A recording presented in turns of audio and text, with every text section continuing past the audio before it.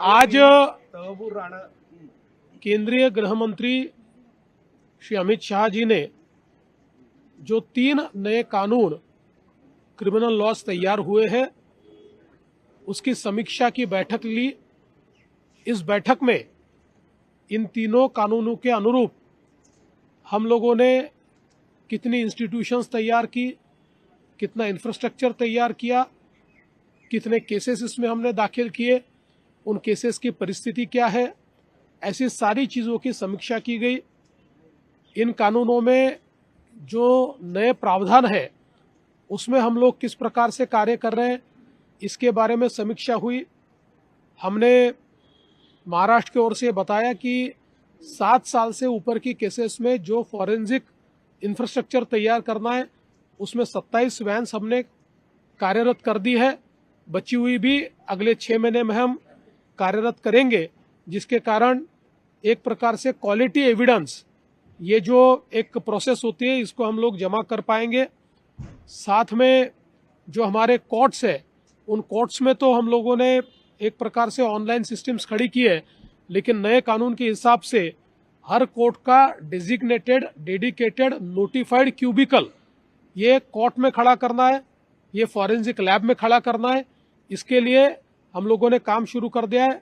अगले 6 महीने में हम उसको भी शुरू करेंगे, जिसके कारण अपराधी को जो बार बार कोर्ट ले जाना पड़ता है वो बंद हो जाएगा और हम सीधा जो हमारे जेल से उसमें से भी वीडियो कॉन्फ्रेंसिंग के माध्यम से केस को चला पाएंगे।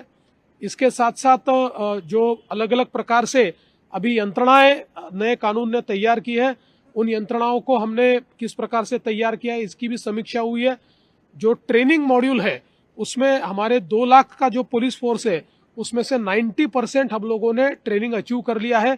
बचा हुआ 10% भी हम लोग 31 मार्च से पहले पूरा कर लेंगे, ये भी हमने उनको कहा है।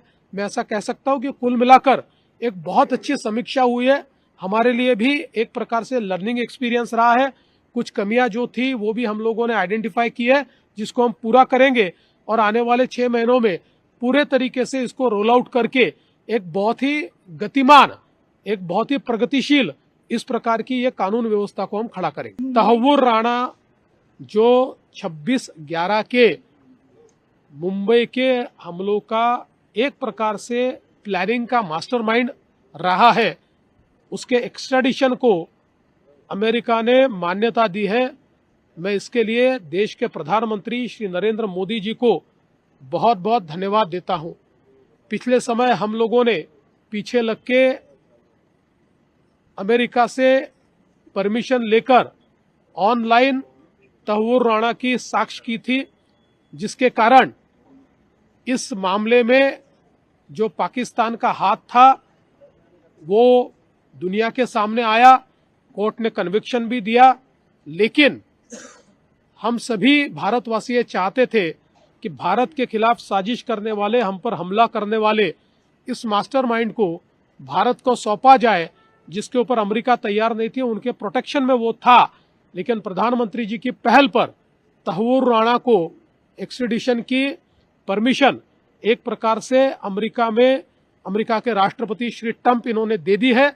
मुझे लगता है भारत के लिए एक बहुत महत्वपूर्ण ये चीज है, क्योंकि हमारे लीगल और जुडिशियल सिस्टम के माध्यम से हमारा अपराधी ये अपनी सजा पाए, ये हमारे लिए बहुत महत्वपूर्ण है। मैं इस घटना को बहुत महत्वपूर्ण घटना मानता हूँ। अगर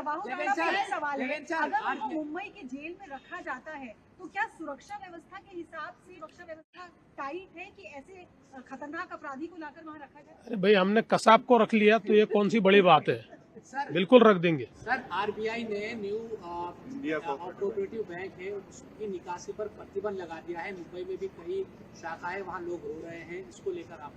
देखिए, आरबीआई जब कोई बैंक खराब परफॉर्मेंस करती है, जब उसके जो एसेट्स होते हैं वो डिप्लीट होते हैं, तो आरबीआई इस प्रकार के प्रतिबंध लगाती है, उस पर इंक्वायरी करती है, डिप्लीट होने वाले एसेट्स को रोकने की कोशिश करती है।